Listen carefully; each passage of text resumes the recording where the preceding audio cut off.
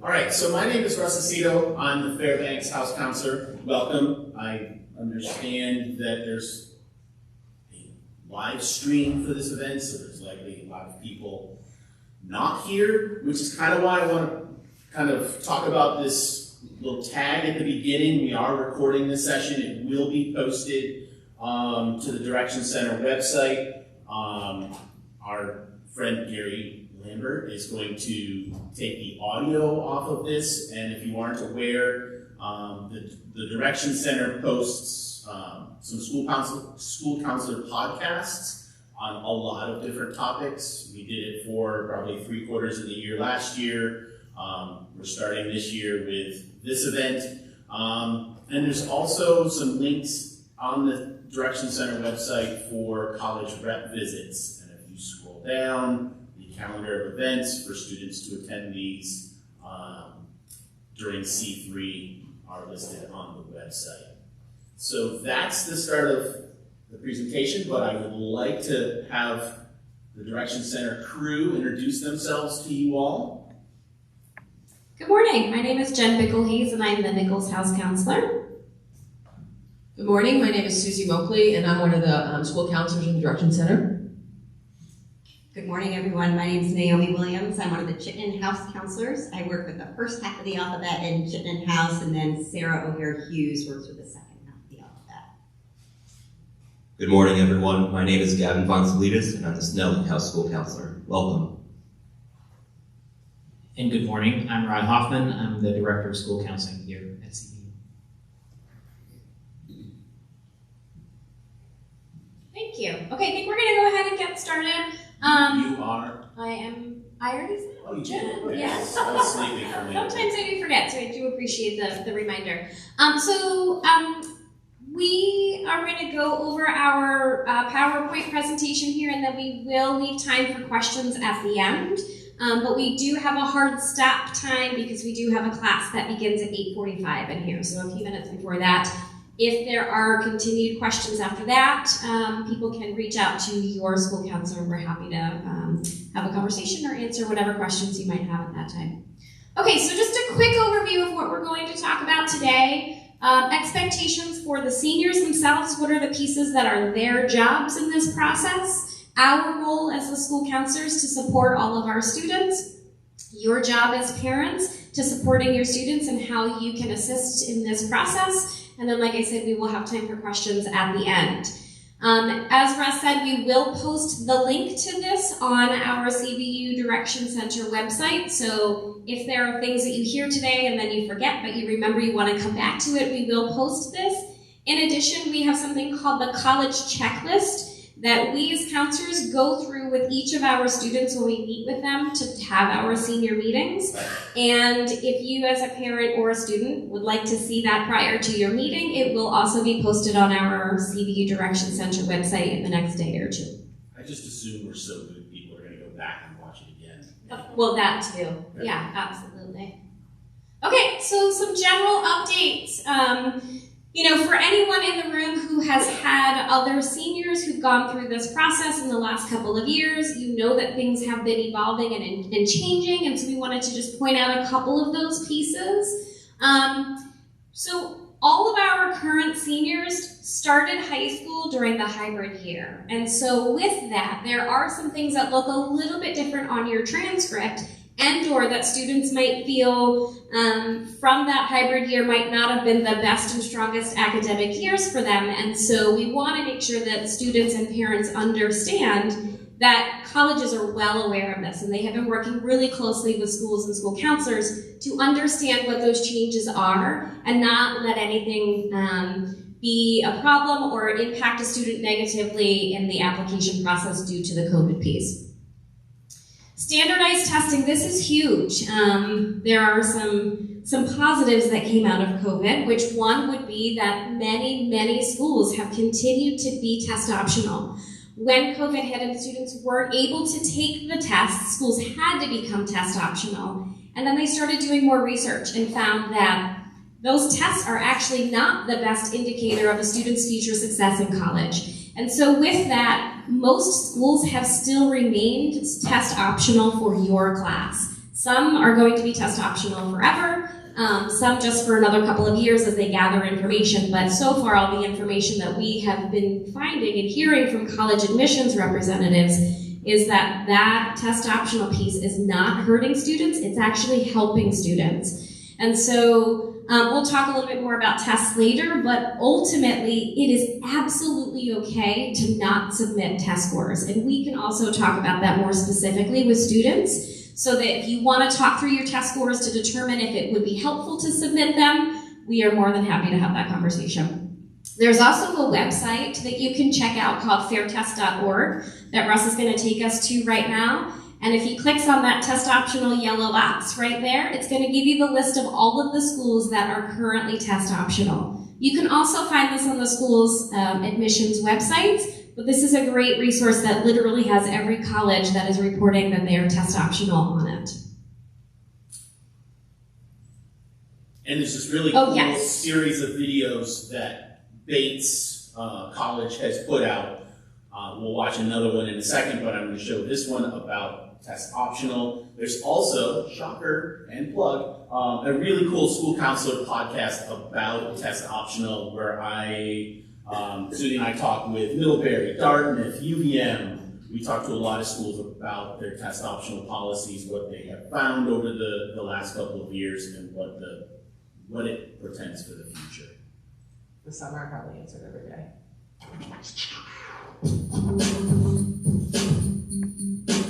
Test optional in admission means that a student does not have to submit some portion or perhaps all of their standardized testing as part of their application. Institutions that are test optional in their admission policies provide that alternative or option to their applicants, recognizing that standardized tests are just one of many factors in the admission review process. We can look at a transcript and get 3.5 years of one's academic performance versus 3.5 hours on a Saturday morning. And those 3.5 years on the transcript is going to tell us a whole heck of a lot more. There is a clear connect or line between privilege and one's ability to perform well. And the data shows that. I have no question that we can operate a fantastic admission program without standardized testing. Okay. Next slide. Perfect. Thank you. This is about college visits. One of the things that we really encourage students to do is visiting colleges. And at this point, if it's hard to travel outside of Vermont to visit the schools that you're interested in, we encourage you to visit schools in Vermont. Even if you don't want to stay in Vermont, you can gather some really helpful information about the schools here and what your likes are and your dislikes are. And that can help you in the process as you're doing your research and finding schools. And with COVID, there were many schools that had to close their campuses to visitors. And as that has evolved, many schools now have these really great resources where students and families can do virtual visits. And we have found a lot of students have been taking advantage of that. In addition, as Russ said, on our CVU Direction Center website and in our Naviance program, which we'll talk about a little bit more in a bit, students can see all of the college visits. They are virtual, but you can sign up for a visit during C3. And we give you a space and a code to log in, and then you have a face-to-face conversation. It might be a small group of students, it might just be you individually, with an admissions counselor from that school. It's a great resource, especially if you're not able to travel, or if you're really interested in a school and you'd like to demonstrate interest. This is a great opportunity to have that face-to-face conversation. It's almost like an informal mini interview, and if things go well there, it might be something where that admissions counselor makes a note, and if you apply, then they are looking at your application with it through a different lens because they've already had an opportunity to meet with you and talk to you a little bit. In the Common Application, so I want to pause for a moment to explain what the Common App is. The Common Application is an online application that I haven't looked at the numbers, but I think last year we were at 900 schools subscribed to. At least 900 schools. So we find that most of our students are going to apply to at least a few schools that use the Common Application. And the good news for you students is if that's the case, you're only filling out one application. You're only putting in your one college essay, and then the schools that you apply to might have some additional questions or maybe a short answer, but the bulk of your application is done once. Gone are the days that the adults in the room will remember filling out by hand all of the paperwork and writing your essay by hand for every single school you applied to. So now there is an online application that students submit everything through, which is great. So with the Common Application, again, yes. As my father calls it, the Google tells me that there are over 1,000 schools that use the Common App. Beautiful, thank you for that. Perfect. So again, chances are you're going to apply to at least a few schools that use the Common App. And with the Common App, another thing that came out of COVID is that they recognize that academics have changed for some students and they have been impacted. And with that, and then with other natural disasters like the floods this summer, we want to encourage students, if you feel strongly that things with COVID and or with other natural disasters have had an impact on you as an individual and or your academics over the last 4 years, there is actually a spot where you can write about that. They're not looking for a whole entire essay, they're just looking for you to kind of highlight what those challenges were and how they impacted you. And we do encourage students, if you're going to fill this out, that you run it through your counselor first, because we want to make sure that you're finding that good balance of explaining something that has had an impact on you, but also not blaming, hey, all those bad grades I got were all because of that. So finding that balance around, hey, this did impact me and this is the way that it happened, but also owning some of the things that you need to own as well. And I will say most students do not fill this out, so don't feel like students have to put something there. This is really if you need to explain something related to COVID or a natural disaster. There is also a different place on the application for other personal things that may have impacted you that students can write about. Perhaps in 11th grade, you had mono and you were out for a month and you missed school, and that semester your grades looked a little different than they normally do. That would be where you would explain that. Okay, another big change this year, and we don't have a lot of information about it, is on the FAFSA. The FAFSA is the free application for federal student aid. If you are looking to apply for federal financial aid, this is the form that you have to fill out. The update is that they are updating the form, I believe, as we speak. There's been very little that has been released on that. But with that, know that the application has not been opened yet. I actually talked with a family 2 days ago who said they started filling out the FAFSA, but what that means is they're filling out the FAFSA for this year, which is not the one you want to fill out. You want to fill out the FAFSA for the 24-25 school year, which will be the first year that you will be going to school. More information to come with that. Okay, and then formal meetings. So some of you, I see some faces in the crowd, students-wise. You may already have met with your counselor. If you haven't yet, please reach out to your counselor. We really want to meet with you and help you through this process, check in with you about what your needs are, and find ways to support you throughout just to make sure you have everything you need to apply to your colleges. And we do ask that students be mindful that it's best to schedule your first meeting at least 4 weeks prior to your first deadline. So if you know you have a deadline coming up in early November, it's time to start emailing your counselor. We do have lots of students. We will fit you in, but I just want to let you know that if you email us, we will probably not have something available that day. So it might, some people are already booking a week or two out at this point, so definitely reach out to your counselor as soon as possible. If you have only a 4th block class and a free block and you're in Fairbanks House, I'm booking out until the middle of October. Right. Just to give you some perspective. Right, and just another piece too, because I know we have some students who don't have free blocks. We will be starting up that C3 soon, so students can talk to their counselor and ask if they can meet during that connect time on a Tuesday, Wednesday, or Thursday. Yes, please do. In terms of financial aid, I just want to say it's a very big animal and it can be sort of intimidating. VSAC is a really great resource for that. They do have appointments. They have FAFSA Fridays where you can go in and meet with the counselor and get help filling out all the forms. We will also be offering something here in December, a forms night, where you can come in and somebody from VSAC will be here to help you answer questions. So again, VSAC is a great resource for all things financial aid. If you jump on their website, they they have all the information about all the forms that need to be filled out in this process. Thank you, Susie. In addition, we will offer a night here where VSAC comes to help families, but they are not ready to schedule any of that until we know more information and they're ready to release things. Okay, so to the seniors, your jobs, your responsibilities, researching your schools. You know, we get this question a lot about how many schools should I apply to? And the answer is whatever is the best fit for you.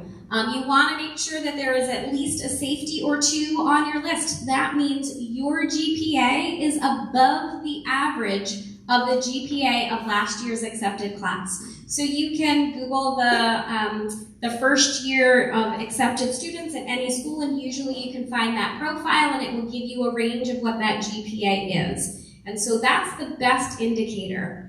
There is the piece about testing, which makes it a little bit more complicated, but ultimately the best way to find a safety is just to start with that GPA piece. Your counselors can also help you with that as well. We also encourage students and families to think about financial safeties. It's really important to have that conversation as early as possible, rather than having a student apply to all of their dream schools, get into all of those schools, and then find out that financially you won't be able to afford it. So that's a really important conversation to have as early as possible, so you're all aware of what those thoughts and ideas are around what might be a good fit for your family financially. A target school, it's great to have a target school or two on your list. That's when your GPA falls within that average range of last year's accepted class. And then a reach school is going to be clearly any of the Ivy League schools or schools that have a very, very low acceptance rate, or schools that your GPA is well below what that average GPA is. It is absolutely wonderful and great to apply to reach schools. We highly encourage it if you've got schools that you were always hoping to go to, but we want to make sure on the other end of things that you do have a safety school or two that you'd be willing to go to. So not just a school that, yeah, I have the GPA, I can get into that school, but if that ends up being the options that you have been accepted to, you want to make sure that you would be okay with that, even if your plan is to then transfer potentially after a year or two. Jen, can I say one thing real quick?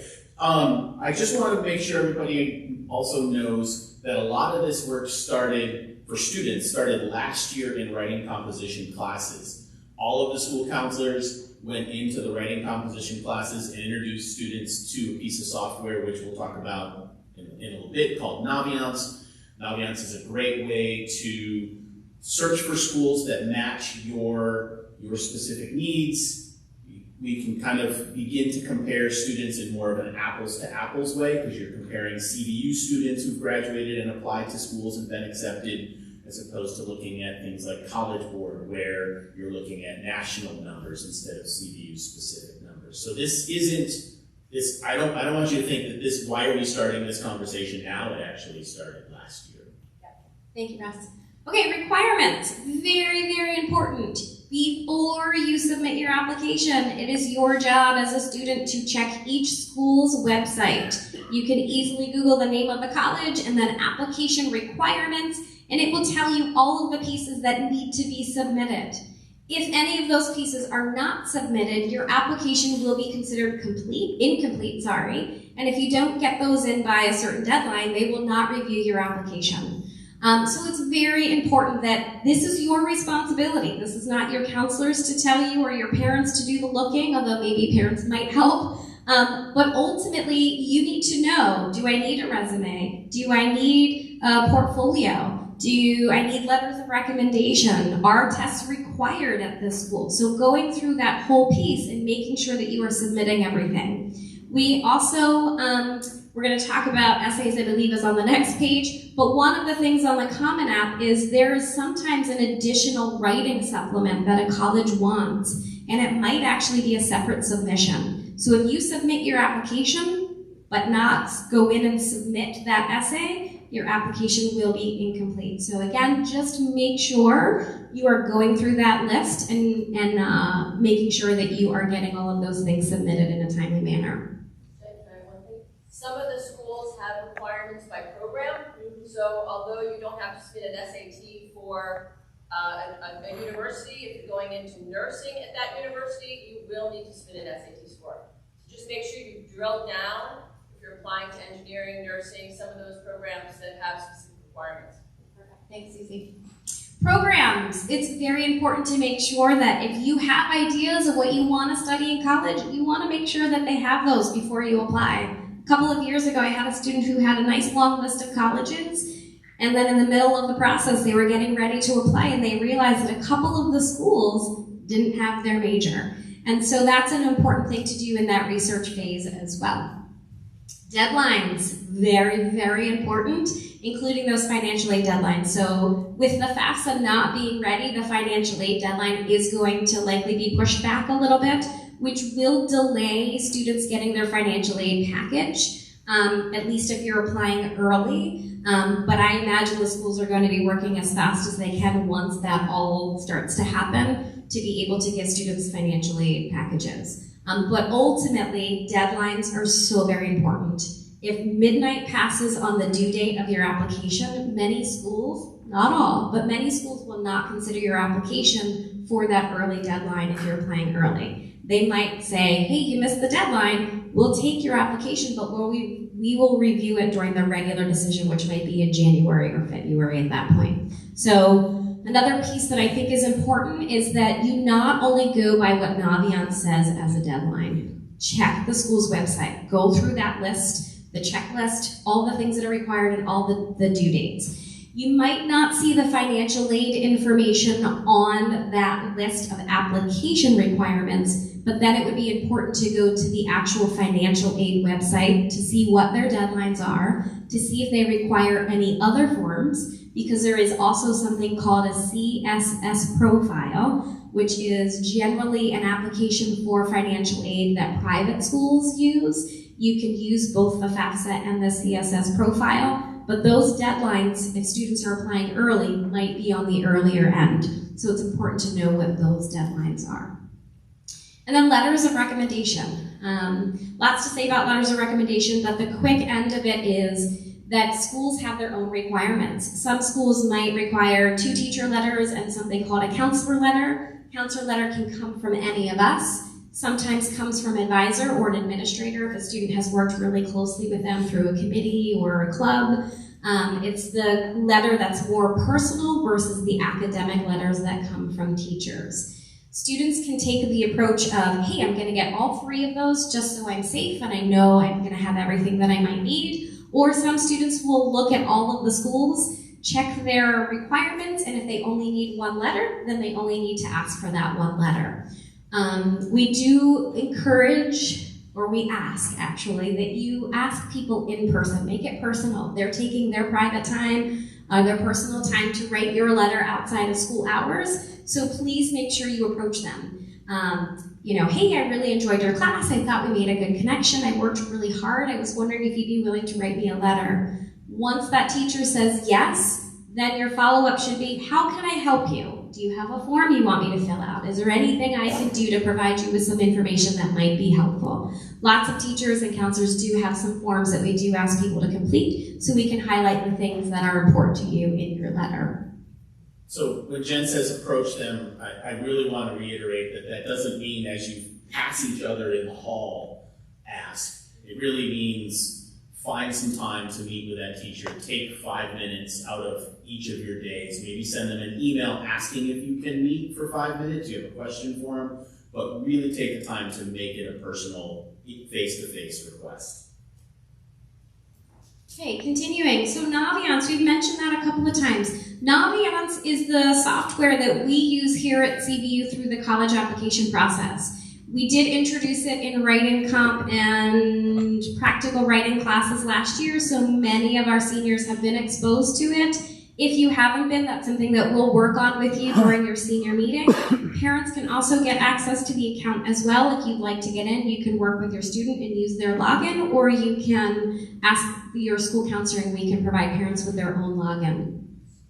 The idea behind Naviance is it can go from the very beginning stages, which is helping you with the college search and finding schools that might be a good fit based on the things that you're interested in, and then all the way through the process to where the school counselors send your transcripts and your letters of recommendation and then your grades. So the very least amount that a student would need to do in Naviance is make sure all of their schools are listed, so we as your counselors know that that's where you're applying, and then we have to match your Common App account with your Naviance account. So there's a smooth transition with all of your forms to those Common App schools. And as it says on there, we're happy to help, so just ask if you're not sure how to get into Naviance or if you need help along the way. Your job clearly is to complete your applications, work with your parents and caregivers around the financial aid piece. One part of the FAFSA you can do there, or you can do separate through the VSAC website that Susie mentioned, is apply for the Vermont State Grant. That's another financial aid piece. Students are responsible for their own applications and essays, and when you receive emails from colleges, it's very important that you follow up on those. If you have submitted your application yesterday and you get an email saying, hey, we received your application, and then the next day you get an email that says, we're missing your transcript, don't stress about that. As long as you have everything updated in Naviance, we will get everything submitted for you. If 2 weeks passes after your deadline and your school is asking for things that your counselor was responsible for, or things that you know that you submitted, then let us know and we will reach out to the colleges on your behalf. Oftentimes we find the schools just haven't updated their system or the student's portal and they have the documents. If there's an issue with the documents, we get it to them that day and there's not a problem. But beyond the things that we're submitting, students need to make sure that you do have everything submitted by that deadline. So if you get an email saying that they're missing your payment or they're missing your essay, something that you as a student are responsible for, you need to go back in and make sure that that has been submitted. So Jen mentioned portal, and it made me remember. There's 2 pieces that I think are important here just to go over. Students need to be responsible for their own applications. Every year, at least one of us, if not all of us, receive phone calls from colleges asking why the parent email is on the student's comment application as the main point of contact. The students need to be responsible for that component. And every single school that I'm experienced with will send a student an email saying, here is your access code, here is how you access the student applicant portal on our website. UVM does it for every student who applies, and every year I have students coming to me asking why they did not receive their admissions decision, why their school is telling them their application is incomplete. You really need to be on the lookout for those emails. I worked with a student the other day who had about 10,000 unread emails in their inbox.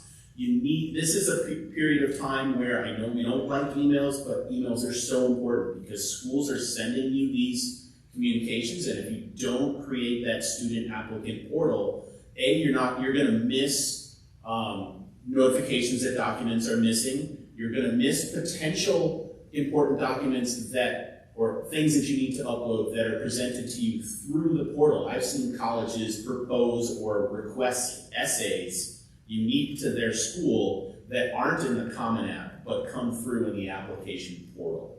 So if you're sending out an application and you receive an email, if you're sending out an application to UVM and UVM sends you an email about your student portal, create that portal account. On to the essay. Many of our seniors will use an essay that they wrote in either practical writing or writing comp in their junior year. If you are someone who didn't take one of those classes, or perhaps you wrote an essay and you're not feeling like that's what you want to use, maybe it's not your best writing or you want to talk about a different topic, you can write a new essay. If you have an English teacher this year, you can ask them to review it. Your counselors are also more than happy to review those essays as well. Now we have a short little quick clip from, I believe, Bates again. Students to proofread, and proofread again.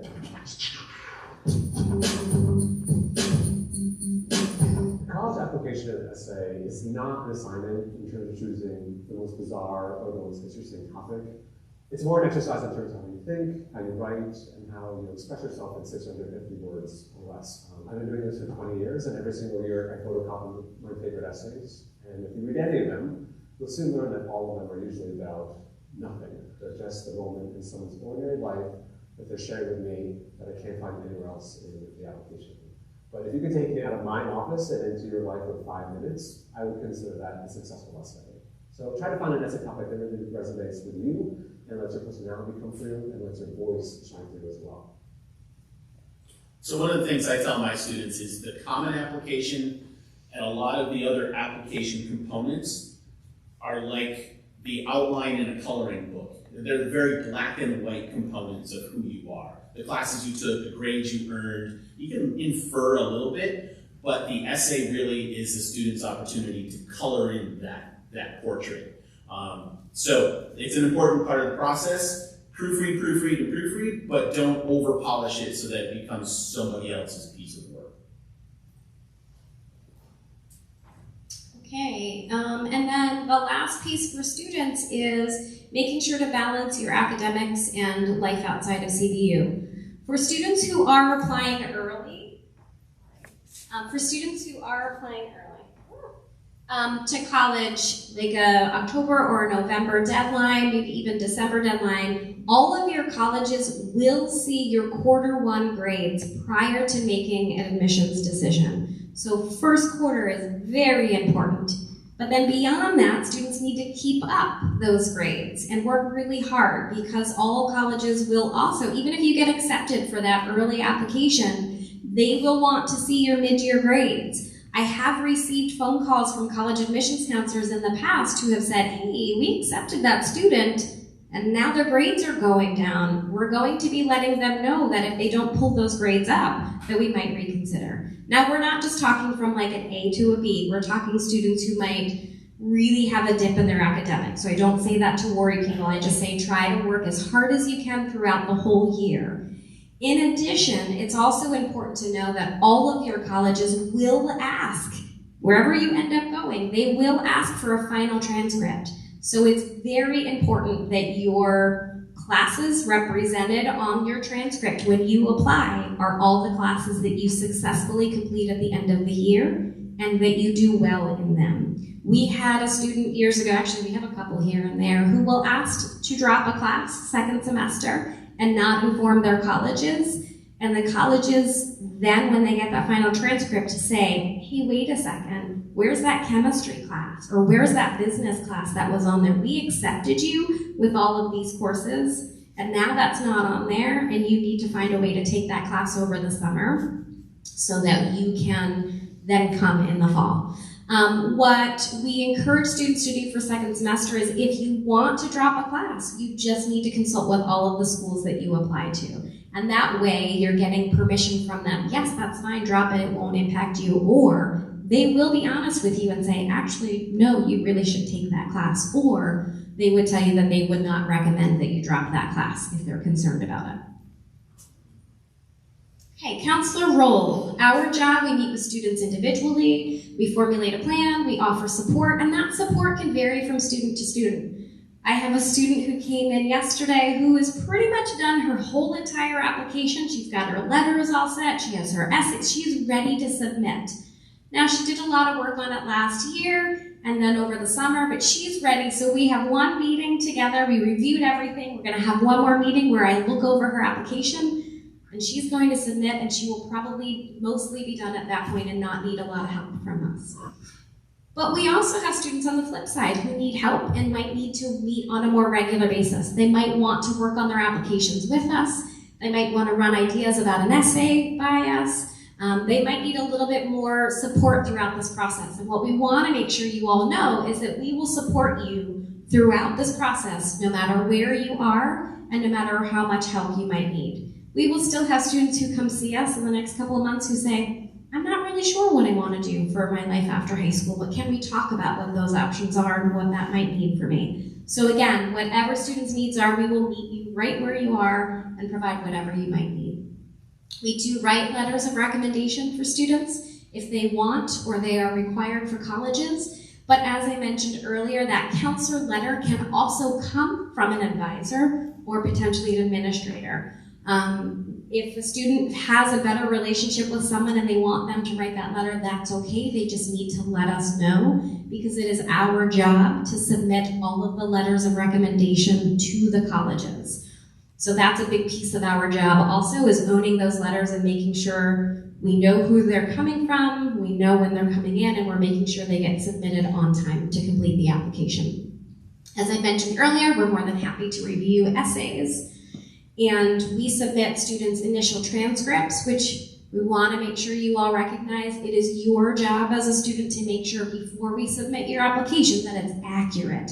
We don't want to find out after you've already submitted that, oops, that grade was wrong. I got my teacher updated my grade and that should have been changed. So we need to make sure that whenever we're submitting your transcript or your first quarter grades or your mid-year grades, we will ask you to review those, and we need to make sure that it's accurate as possible.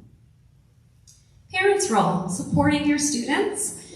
Reviewing the opt-out transcript policy. In the letter that we sent to you last week, we did explain that we do an opt-out policy, which means if your student is asking to apply to college, we're assuming that you're giving us permission to submit their transcript and all the letters and any other documents needed on their behalf. If you have concerns about that and you don't want us to send them, you need to opt out by contacting your school counselor. And then we'll have a conversation together about what that means and how to work with you and your student. As Russ mentioned earlier, making sure your child owns the process. We do have students every year who are not quite ready, and so sometimes the parents feel like they're really pushing or they're the ones owning the process. And we ask that you pause and you take a step back and recognize that maybe we need to have some conversations around, are you ready? Is this in your best interest right now? Or how can I help you get to that point where you want to be engaged in this process? Because it is really important that students' voice is heard throughout this application process versus it coming from someone else. One thing I just want to add right here is I had 2 students last year that I really tried to push through the process, and they clearly were not ready. And I have them right now as graduates that I'm meeting with them about their college application process. So once, as Rye told me the other day when I was thinking, like, do I meet with a student outside of school? Do I have them come in school? Once a CVU student, always a CVU student. So once you're on Russ's caseload, you're always on my caseload. And so we will be here even if they're a little bit slower to move through the process. If they're not ready, we can help them when they are ready. Absolutely, thank you. Financial aid stuff, we've mentioned all of that, and then asking for help. Reach out to your school counselor. Usually our senior meetings are just students, but there are times where a parent really wants to be a part of that, and we are more than happy to have you be a part of that senior meeting. Or if you want to have your child come home afterward, fill you in, and then any questions you might have at that point, you're welcome to call or email us, however we can help. We want to support you and your students through this process. Okay, a couple of quick final things here. Oh, this is a biggie. Don't let senior year be defined by the college application process. We do sometimes have families and students who say, this has made it really hard at home. Every time we sit down for dinner, there's arguments over this whole college thing. We don't want it to be like that. This is supposed to be your senior year. It's supposed to be a fun year, but also looking ahead to the future. So if it feels like the college application process is becoming a little contentious at home, give us a call. We're happy to sit down with you, parents, caregivers, students, to figure out how we can support both sides in making this feel like it is a successful and good, healthy process versus being super stressful and causing a lot of turmoil at home. Collaborative, yes, thank you, love that.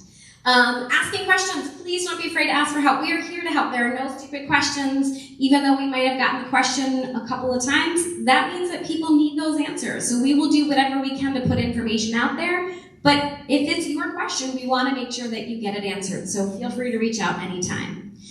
Students and parents and caregivers, take your time. Don't rush through. We do sometimes find that somebody rushed through and submitted something, and then they realize afterward that they submitted something wrong. Oops, it was the wrong essay. Or oops, I forgot to go back to that section and update it. So pause, take your time, go through everything at least once with a fresh set of eyes before students are submitting their applications. And look at if you are using school-specific applications or the common application, take your time and look at all of the things that schools require. I sat down with a student the other day who had a list of 6 schools, and they told me they had written their essay in writing composition. And then we added the schools to the Common App because I knew that there were going to be additional essays for this student to write.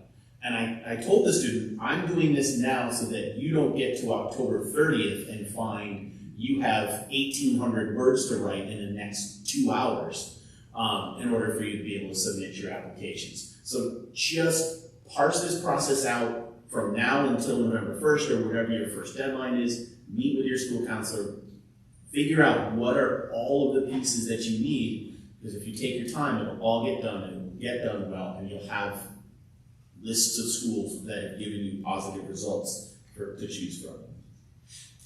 And then 2 events that are coming up, we posted these in the senior letter. We will also make sure these are on the CV website, Directions Center website, which they might actually already be on there. There is a college fair at St. Michael's College. They have 2 different sessions. I think one is in the morning and one is in the evening.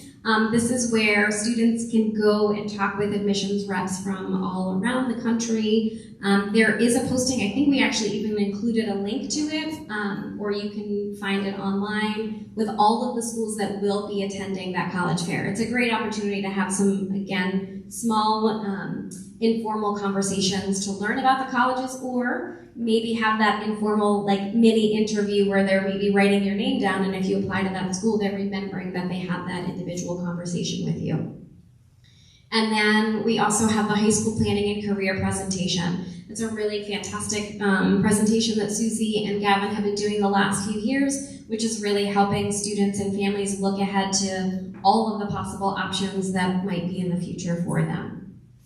And last, most important piece is enjoying senior year. It's your last year of high school. We don't, as we said earlier, we don't want this college application process to define your whole senior year. We want to find that healthy balance so that you can enjoy this last year in high school and with your family living at home. If you end up moving to a college that's not local, we want you to look back on this last year and feel like it was a really good, positive, and fun year for you. Okay, so this is just a list of all of our contact information, and we will pause. I'm going to ask if the counselors if there's anything else anyone wants to share, and then we'll open it up for questions.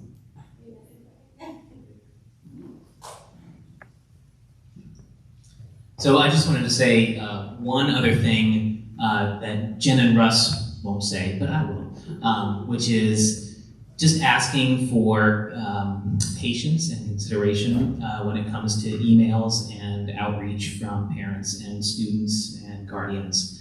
We, as you can see, want to be very involved in this process. Our counselors, some have upwards of 300 students on their caseload, and of that 50 to 75 seniors. It's a lot of work, and it's a lot of support that we want to be providing, but our response time can sometimes be a little slow. So we will try to get back to you within 48 hours of an email or outreach. If it's longer than that, please just send us a little reminder, can you please get back to me quickly, and we will get back to you as soon as we can, or with a phone call, any of those kinds of things. So just have that consideration as well. So thank you. Okay, questions from the audience? Go ahead. I have 2 questions. When you said make sure the student email is on their applications, should it be the CVSD email, or does that drop as soon as they're done being seniors and the school has an old email address? Do they need to have a personal email of their own that's what they're sending to the colleges, or use their high school email? Gotcha. So question is, should students use their CVSD emails in their applications, or should they use a different email? So one, all of your emails will turn off in, I think, August of after you graduate. So there are plenty of students who use their CVU email address through the application process, because basically up until the time they're going to go to college, they will have access to their CVU email address. However, we do have students who then decide to apply later on to maybe transfer, or maybe they change their mind. And so if a student is trying to get into an application and they don't remember their password, if they try to click on forgot password and their CVU email address is turned off, then they might not have that access. But there are ways around that. So I would say most of our students do actually use their CVU email address, and it's rarely a problem. But if students do have an alternative email address that they check regularly, that might be a better plan for them. Do you want to add? Financial aid, use personal email, because that's to renew every year you're in college. So financial aid forms should all be personal email. Thank you, Susie. You have another question? Yeah, you mentioned in terms of safety, or looking at GPAs and determining your safety schools and so forth based on the GPA of the school. Some of the majors are much different than the average GPA of the school. Yes. Is the information on not Naviance, but the other one that starts with an N? Speech. That's a really great question. I don't know that it's reported separately. So the question was around when we talked about safety schools and looking at GPA of the accepted students from last year. Will there be the differences in the GPA? And I have not seen that on that profile. I think that's something, as Susie said, that you have to actually dig down deeper in the admissions pages for those specific majors. I mean, we can tell you right now, engineering, business, nursing, those are the bigger ones that often have higher GPA requirements, and or when you're going into theater or music, things like that, there's going to be those extra things that are considered, not just the GPA, and you would find those on the school's website. Because Niche has a will I get in button for each college, and you can put in what major you want, and then it gives you a graph of what they're accepted and Right. so forth. Is that relatively accurate? So my stance, and other counselors can agree or disagree with me, my stance is I would always check the school website to confirm, because Naviance, Niche, College Board, they're all fantastic resources, but they aren't always the most up to date. So the best way to ensure is to check the school website, or call. You can always call admissions and say, can you tell me what the average GPA is for this major for acceptance? Okay. Other questions from the audience? Go ahead. You talked a little bit about first deadline. Can you just talk a little bit about deadlines? Yes, absolutely. So there are a couple of major deadlines that you will hear. There's early action, early decision, regular decision, and then rolling, and then sometimes priority too. So early action, for example, UVM offers an early action deadline of November 1st. It's also free for Vermont students if you apply early. If you apply by November 1st to a school like UVM, and they're all similar, they have similar timelines, you would get your decision by mid-December, but you don't have to commit to the college and let them know if you're going until May 1st. That's kind of the universal acceptance day. If a student is applying early decision, that is a binding decision where students, parents or caregivers, and counselors have to sign a document saying, I am only applying to one school. I am well aware that if I get into this school, I have to commit to this school within usually a couple of weeks is the turnaround time. And the one way that students are allowed to get out of an early decision agreement is the financial aid piece. But on the flip side, we tell students, if you are planning to apply for early decision, you want to make sure that is your top choice school, you have visited the school, you have looked at the financial stuff, and you believe as a family that this could work for you and it is your top choice. If you're not sure, don't apply ED. That will give you the decision early as well, and then you're kind of done that process. Regular decisions are usually January, February, March, and then you'll get the decision in March or April, and then you need to commit by May 1st. And then rolling deadlines, schools will say, as soon as you have a completed application, all your documents are in, we will give you your decision. And it varies from school to school, but I would say within 2 to 6 weeks. Some are very, very quick, and some take a little bit longer, but then you still have until May 1st to decide. Okay? Priority is kind of like an early action thing where they encourage students, hey, if you get your stuff in early, we'll get you a decision. It's really basically the same thing as early action. Okay? Go ahead. early action for some southern schools also is October 15th. But they'll also have a regular decision deadline, typically December or January as well. So if you have an early action deadline for October 15th, not all southern schools, but some, please reach out to your counselor as soon as you're able to. Thank you.